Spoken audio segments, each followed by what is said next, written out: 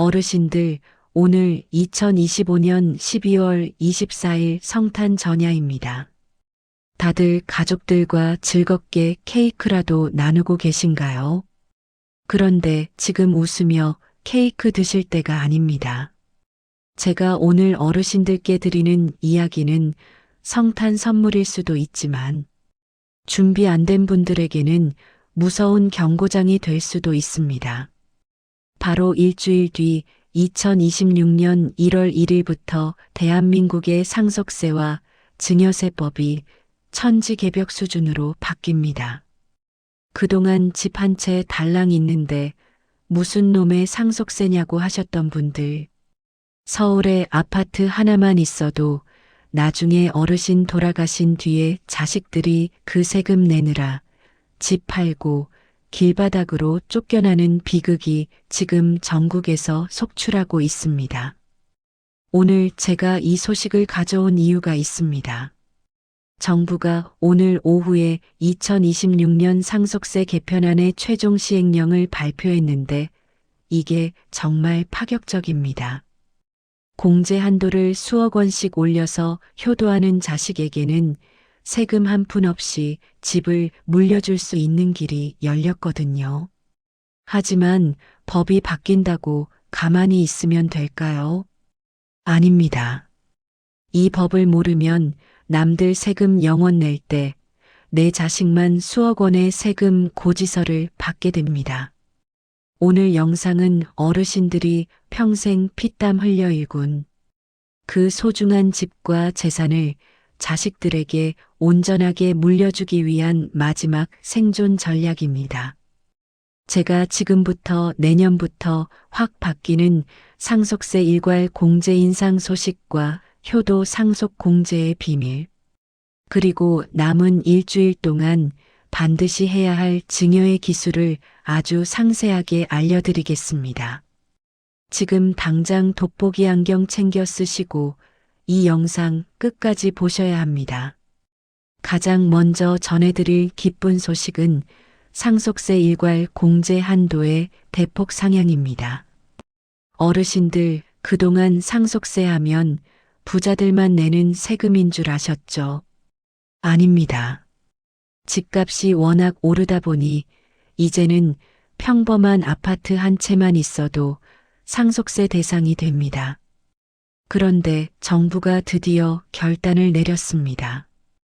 2026년부터는 현재 5억 원인 상속세 일괄 공제 한도를 대폭 올리기로 했습니다. 여기에 배우자 공제까지 합치면 사실상 10억 원에서 15억 원까지는 세금 한 푼 없이 자식들에게 물려줄 수 있는 시대가 열리는 겁니다. 이게 왜 중요하냐 하면 그동안은 5억 원 넘는 아파트 가지고 있으면 자식들이 세금 무서워서 증여도 못하고 상속도 걱정했는데 내년부터는 문턱이 확 낮아진다는 소리입니다. 하지만 여기서 주의할 점이 있습니다. 법이 1월 1일부터 바뀐다고 해서 무조건 내년부터 하는 게 좋을까요? 그건 어르신의 재산 상황에 따라 다릅니다. 어떤 분들은 올해 안에 증여를 마쳐야 유리하고 어떤 분들은 내년까지 기다려야 세금을 아낄 수 있습니다. 이 차이를 모르면 눈 뜨고 코 베이는 겁니다. 제가 오늘 그 계산법을 아주 쉽게 풀어드릴 테니 잘 받아 적으셔야 합니다. 두 번째로 어르신들이 환장할 정도로 반가운 소식은 바로 동거복량 상속 공제 즉 효도 상속 공제의 확대입니다. 어르신들 중에 자녀와 한 집에서 10년 넘게 같이 사시는 분들 계시죠? 나라에서는 부모님 모시고 사는 기특한 자식들에게는 집값을 물려줄 때 엄청난 혜택을 줍니다. 내년부터는 이 공제 한도가 더 커져서 사실상 서울에 있는 웬만한 아파트 한 채는 세금 없이 자식에게 바로 넘겨줄 수 있게 됩니다. 하지만 이게 조건이 까다롭습니다. 그냥 같이 산다고 다 주는 게 아닙니다. 자녀가 무주택자여야 하고 부모님과 실제로 한솥밥 먹으며 산 기록이 증명되어야 합니다. 가끔 주소지만 옮겨두면 되겠지 하고 가짜로 서류 만드시는 분들 계신데 국세청이 바보가 아닙니다. 카드 사용 내역부터 휴대폰 기지국 위치까지 다 뒤져서 가짜 효도를 잡아냅니다. 진짜로 부모님 모시는 효자 효녀들이 억울하지 않게 나라가 돕겠다는 건데 이 조건을 정확히 알고 미리 준비하면 내 자식에게 수억 원의 현금을 선물하는 것과 똑같은 효과를 낼 수 있습니다. 세 번째는 2026년부터 새롭게 도입되는 자녀. 1인당 5천만 원 증여 공제와 혼인 출산 증여 재산 공제의 통합 활용법입니다. 어르신들 손주들 태어나거나 자식들 장가갈 때 돈 좀 보태주고 싶으시죠? 예전에는 1억 원, 2억 원 주면 바로 증여세 조사 나온다고 무서워하셨는데 이제는 법이 바뀌어서 결혼하고 아이 낳는 자식들에게는 최대 3억 원까지 세금 없이 줄 수 있는 길이 활짝 열렸습니다. 특히 오늘 12월 24일은 올해 증여를 마무리할지 내년으로 넘길지를 결정해야 하는 마지막 선택의 날입니다. 올해 주면 현재 법을 따르고 내년 1월 1일 넘어서 주면 바뀌는 새 법을 따르게 됩니다. 재산이 아주 많으신 분들은 이걸 쪼개서 주는 기술이 필요한데 오늘 제가 그 비법을 다 공개할 겁니다. 자식들에게 그냥 돈만 주지 마시고 절세하는 법까지 같이 가르쳐주는 똑똑한 부모가 되셔야 합니다. 여기까지 들으니 어떠신가요? 내 자식 세금 걱정에 가슴이 답답했는데 조금은 시원해지시나요? 그런데 여기서 정말 명심하셔야 할 게 있습니다. 세금 아끼는 것도 중요하지만 더 중요한 건 어르신의 노후 자금입니다. 자식들 세금 아껴주겠다고 내 집 내 현금 다 넘겨줬다가 나중에 자식들이 나 몰라라 하면 그때는 정말 답답한 노릇 아니겠습니까? 그래서 요즘 부자들 사이에서 유행하는 게 바로 조건부 증여입니다. 돈은 주되 내가 죽을 때까지 이 집에서 살 권리를 보장받거나 매달 일정한 생활비를 받는 조건을 계약서에 쓰는 것이죠. 법이 바뀌는 2026년에는 이런 지혜로운 증여 방식이 대세가 될 겁니다. 자식에게 짐이 되지 않으면서도 내 권리는 지키는 법. 오늘 하나하나 싹 다 알려드릴 테니 정신 바짝 차리셔야 합니다.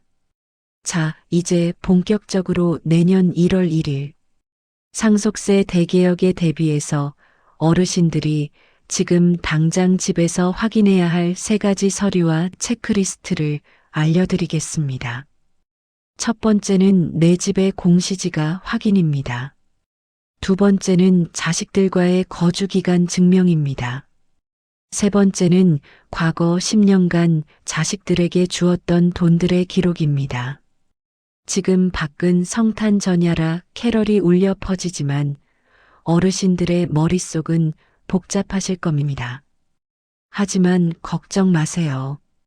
제가 어르신들의 든든한 세무사가 되어드리겠습니다. 돈이 전부는 아니지만 자식들에게 세금 폭탄 대신 따뜻한 보금자리를 물려주는 것. 그것이 부모가 줄 수 있는 마지막 위대한 유산 아니겠습니까? 다음 장에서는 상속세 탈락자들이 가장 많이 하는 실수와 국세청의 감시망을 피하는 합법적인 절세 비법을 알려드리겠습니다. 자식들에게 집 한 채 물려주는 게 예전에는 당연한 도리였지만 이제는 세금 때문에 죄인이 되는 세상입니다. 특히 우리 어르신들이 가장 많이 하는 실수가 바로 내가 죽기 직전에 재산을 넘겨주면 되겠지 하고 막연하게 생각하시는 겁니다. 하지만 국세청은 어르신들보다 훨씬 똑똑하고 치밀합니다. 상속세 조사가 시작되면 국세청은 어르신의 지난 10년간의 모든 계좌 내역을 현미경 보듯이 싹 다 뒤집니다. 여기서 어르신들이 가장 크게 뒤통수를 맞는 것이 바로 사전증여 재산의 합산 제도라는 무서운 법입니다. 이게 뭐냐 하면 어르신이 돌아가시기 전 10년 이내에 자식들에게 주었던 돈이나 부동산은 이미 증여세를 냈더라도 상속 재산에 다시 포함시켜서 세금을 매긴다는 소리입니다. 예를 들어 5년 전에 아들 전세금 보태주느라 2억 원을 줬다면 그 돈은 상속세 계산할 때 어르신의 재산으로 다시 살아나서 세금 폭탄의 원인이 됩니다. 많은 분이 이미 준 돈인데 무슨 상관이냐고 하시지만 나라는 절대 공짜로 넘어가는 법이 없습니다. 그래서 부자들은 하루라도 젊을 때 10년 주기로 재산을 쪼개서 증여를 시작하는 겁니다. 2026년 법이 바뀐다고 해도 20년의 법칙은 변하지 않습니다. 오히려 세무조사가 더 정교해지기 때문에 지금 당장 내 통장에서 자식들 통장으로 흘러들어간 돈이 없는지 기록을 확인해 보셔야 합니다. 특히 요즘 어르신들 사이에서 유행하는 게 현금으로 뽑아서 자식들 챙겨주는 것이죠. 은행 기록 안 남게 현금으로 500만 원, 1000만 원씩 봉투에 담아주면 국세청이 모를 거라 생각하십니다. 하지만 천만의 말씀입니다. 국세청은 어르신의 소득 수준에 비해 갑자기 통장에서 돈이 많이 빠져나갔는데 그 돈이 어디에 쓰였는지 증빙하지 못하면 그걸 무조건 자식에게 준 돈으로 간주합니다. 이걸 소명하지 못하면 증여세는 물론이고 무거운 가산세까지 물게 되어 배보다 배꼽이 더 커지는 상황이 벌어집니다. 2026년부터는 금융정보가 국세청에 실시간으로 더 촘촘하게 보고되기 때문에 이런 주먹구구식 현금 전달은 자식들 앞길을 막는 아주 위험한 행동이 됩니다. 그렇다면 아예 돈을 주지 말아야 할까요? 아닙니다. 합법적으로 빌려주는 형식을 취하면 됩니다. 제가 앞서 말씀드린 차용증의 기술이 여기서 빛을 발합니다. 자식에게 돈을 줄 때 그냥 주는 게 아니라 무이자로 혹은 아주 낮은 이자로 빌려준다는 차용증을 쓰고 실제로 이자를 조금씩이라도 통장으로 받는 기록을 남겨두세요. 그러면 국세청에서도 이건 증여가 아니라 빌려준 돈이구나 하고 인정을 해줍니다. 다만 이 차용증도 공증을 받거나 확정일자를 받아둬야 나중에 뒷말이 없습니다. 2026년 개편안에는 이런 가족 간 금전거래에 대한 기준도 더 명확해지기 때문에 미리미리 준비하는 어르신만이 자식의 재산을 지켜줄 수 있습니다. 또한 서울에 아파트 한 채 가지고 계신 분들 공시지가가 내려갔을 때 증여하는 게 유리할까요? 아니면 2026년 법이 바뀌고 나서 상속하는 게 유리할까요? 이건 정말 어려운 숙제입니다. 2026년부터 상속세 공제가 늘어나는 건 맞지만 그때 가서 아파트 값이 더 뛰어버리면 공제 혜택보다 세금이 더 많이 나올 수도 있습니다. 그래서 전문가들은 시가 감정이라는 것을 활용하라고 조언합니다. 아파트 가격이 조금 주춤할 때 감정 평가를 받아서 낮은 가격으로 증여를 해두면 나중에 그 아파트가 10억, 20억이 되어도 자식들은 증여 당시의 낮은 가격으로 세금을 내게 됩니다. 부동산은 타이밍이라는 말 상속세에도 그대로 적용됩니다. 오늘 12월 24일 이 시점에서 우리 집 시세가 얼마인지 그리고 내년에 어떻게 변할지 자식들과 머리를 맞대고 고민해 보셔야 합니다. 여기서 정말 중요한 팁 하나 더 드립니다. 2026년 상속세 개편안의 핵심 중 하나가 배우자, 공제의 유연함입니다. 어르신들 재산을 자식에게 바로 주지 말고 배우자에게 먼저 넘기는 것도 아주 훌륭한 절세 전략입니다. 배우자에게는 6억 원까지 증여세가 한 푼도 없습니다. 일단 배우자에게 재산을 나누어 둔 뒤에 나중에 상속이 발생하면 공제를 2번 받을 수 있는 효과가 생깁니다. 재산을 한 바구니에 담아두지 말고 나누어 담으라는 격언이 상속세 절세의 기본 중의 기본입니다. 자식 사랑하는 마음은 알겠지만 일단 내 배우자와 나의 노후를 먼저 챙기면서 세금 구멍을 막는 지혜가 필요합니다. 그리고 어르신들 혹시 종신보험 하나씩 들고 계시나요? 많은 분이 보험은 그냥 병원비 나오는 건 줄 아시는데 상속세를 준비하는 가장 강력한 무기가 바로 보험입니다. 상속세는 현금으로 내야 합니다. 집만 덩그러니 물려받은 자식들이 현금이 없어서 그 집을 금매로 내놓거나 경매로 넘어가는 경우가 태반입니다. 이때 자녀가 계약자가 되고 어르신이 피보험자가 되는 보험을 들어두면 나중에 어르신 돌아가셨을 때 나오는 사망보험금으로 상속세를 낼 수 있습니다. 내 돈 한 푼 안 들이고 나라에 낼 세금을 보험사가 대신 내주는 격이죠.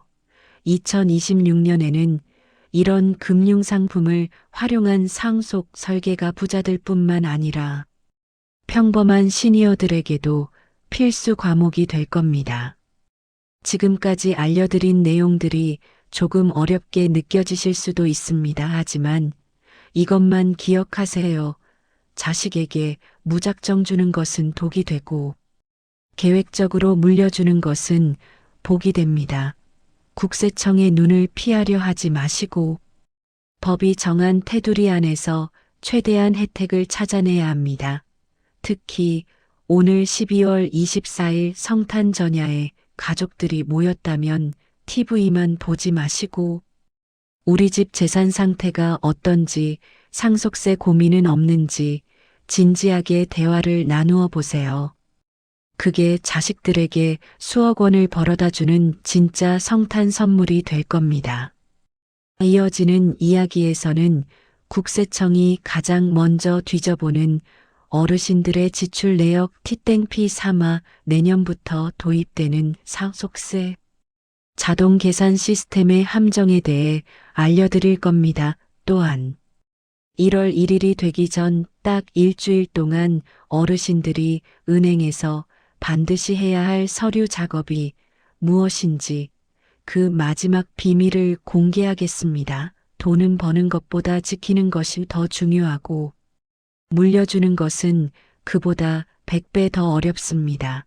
제가 그 어려운 길을 아주 쉽게 안내해 드릴 테니 잠시만 더 집중해 주세요. 어르신의 노후가 평안해지고 자식들의 미래가 밝아지는 진짜 공부가 아직 남아 있습니다. 자식들에게 재산을 물려줄 때 국세청이 가장 먼저 들여다보는 3가지 지출 내역을 알려드린다고 했죠.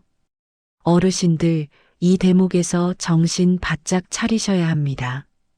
국세청 전산망은 어르신들이 생각하는 것보다 훨씬 정교합니다. 첫 번째로 조사하는 것은 바로 고액의 현금 인출 내역입니다. 통장에서 한 번에 1,000만 원 이상 혹은 짧은 기간에 수백만 원씩 여러 번 빠져나간 돈이 있다면 국세청은 이걸 무조건 자녀에게 준 비자금이나 편법 증여로 의심합니다. 만약 그 돈을 어르신 병원비나 생활비로 썼다면 영수증을 반드시 챙겨두셔야 합니다. 영수증 없는 현금 인출은 나중에 상속세 계산할 때 고스란히 재산으로 합산되어 세금 폭탄으로 돌아옵니다. 두 번째는 자녀의 신용카드 대금을 대신 갚아주거나 고가의 차량을 사준 기록입니다. 자식들 힘들게 사는 거 안쓰러워서 몰래 카드값 좀 메워주고 차 한 대 뽑아준 거, 그거 나중에 다 걸립니다. 자녀의 소득에 비해 과도한 소비가 있거나 갑자기 큰 재산이 늘어났을 때 국세청은 그 자금 출처가 어디인지 샅샅이 뒤집니다. 결국 부모님 통장에서 나간 돈이라는 게 밝혀지면 증여세는 물론이고 무거운 가산세까지 물게 됩니다. 사랑하는 자식 돕는 길이 오히려 자식의 앞길을 막는 꼴이 되니 이런 주먹구구식 지원은 절대로 피하셔야 합니다. 세 번째는 병원비와 장례비의 결제 주체입니다. 어르신들 나중에 큰 병원에 입원하시거나 수술하실 때 병원비 누가 내시나요? 보통 자식들이 효도한답시고 자신들의 카드로 긁는 경우가 많습니다. 그런데 세무적으로는 이게 손해입니다. 어르신의 재산이 이미 상속세가 나올 정도라면 병원비는 어르신의 자산이나 통장에서 직접 결제하게 하세요. 그래야 어르신의 전체 재산이 줄어들어 상속세가 낮아지는 효과가 있습니다. 장례비도 마찬가지입니다. 어르신이 남겨두신 현금으로 결제하고 증빙을 남겨야 상속 재산에서 공제를 받을 수 있습니다. 이런 사소한 차이가 자식들이 내야 할 세금 수천만 원을 결정짓는 겁니다. 자, 이제 2026년 1월 1일이 되기 전 딱 일주일 동안 어르신들이 은행에서 반드시 해야 할 서류 작업이 무엇인지 그 마지막 비밀을 공개하겠습니다. 첫 번째는 내 모든 통장의 계좌 통합 관리입니다. 아까 제가 말씀드린 어카운트 인포 서비스를 활용해서 여기저기 흩어져 있는 짜잘한 통장들을 정리하고 주거래 통장으로 합치세요. 나중에 상속이 발생했을 때 자식들이 모르는 통장이 튀어나오면 그거 찾느라 고생하고 세무 신고 누락으로 벌금을 낼 수도 있습니다. 내 재산 상태를 투명하게 정리해 두는 것이 자식들에 대한 마지막 배려입니다.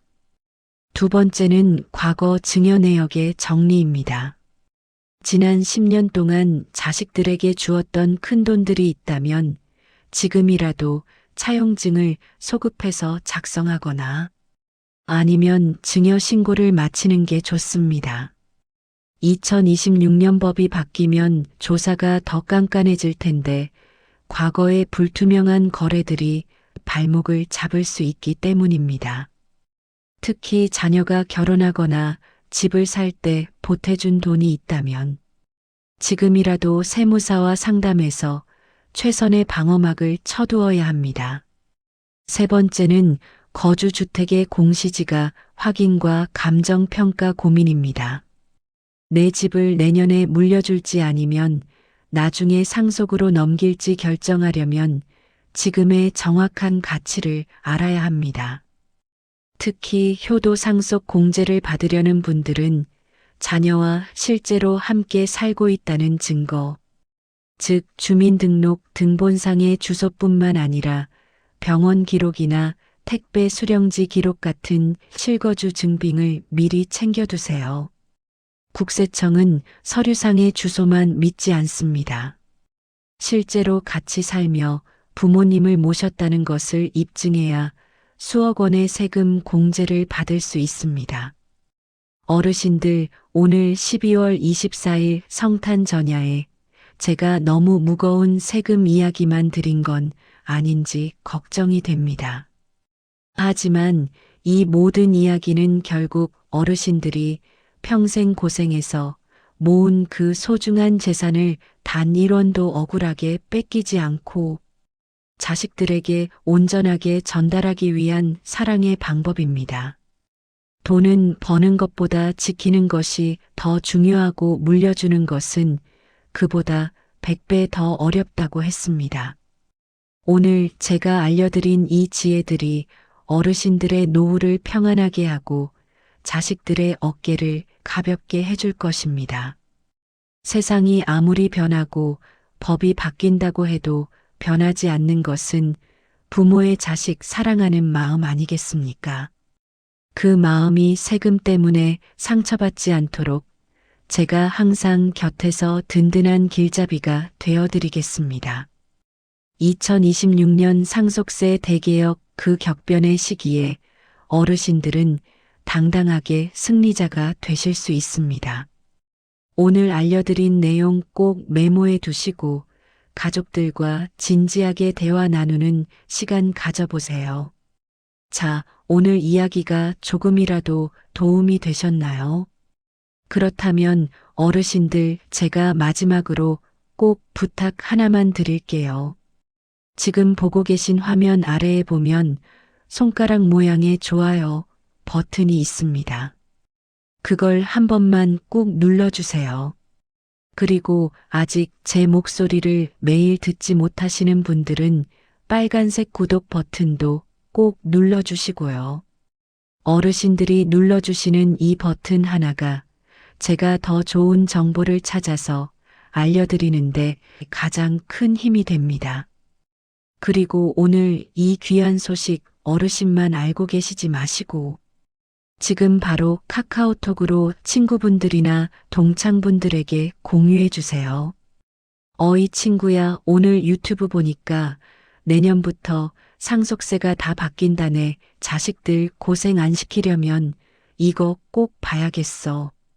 라고 한마디 보내주시면 친구분들도 어르신을 정말 고맙게 생각하실 겁니다. 좋은 정보는 나눌수록 복이 되어 돌아온다고 했습니다. 우리 100세 인생 구독자님들 모두 주변 분들과 함께 행복한 성탄절 보내셨으면 좋겠습니다. 올 한 해 정말 고생 많으셨습니다. 오늘 밤 어르신들의 꿈속에 산타 할아버지가 나타나서 복잡한 세금, 고민 싹 해결해 주시고 기분 좋은 소식만 가득 전해주시길 간절히 바랍니다. 어르신들의 통장은 두둑해지고 몸은 건강해지고 마음은 행복 가득한 성탄절 되시길 진심으로 기원합니다. 내일은 크리스마스 당일입니다. 내일도 어르신들께 힘이 되고 돈이 되는 더 알찬 정보로 찾아오겠습니다. 제 이야기가 도움이 되셨다면 구독과 좋아요 다시 한번 부탁드리고요. 주변 친구분들에게 꼭 공유해 주세요. 자, 이제 핸드폰 내려놓으시고 가족들과 따뜻한 대화 나누며 편안한 밤 보내세요. 항상 어르신들을 응원하고 사랑합니다. 성탄 축하드립니다. 감사합니다.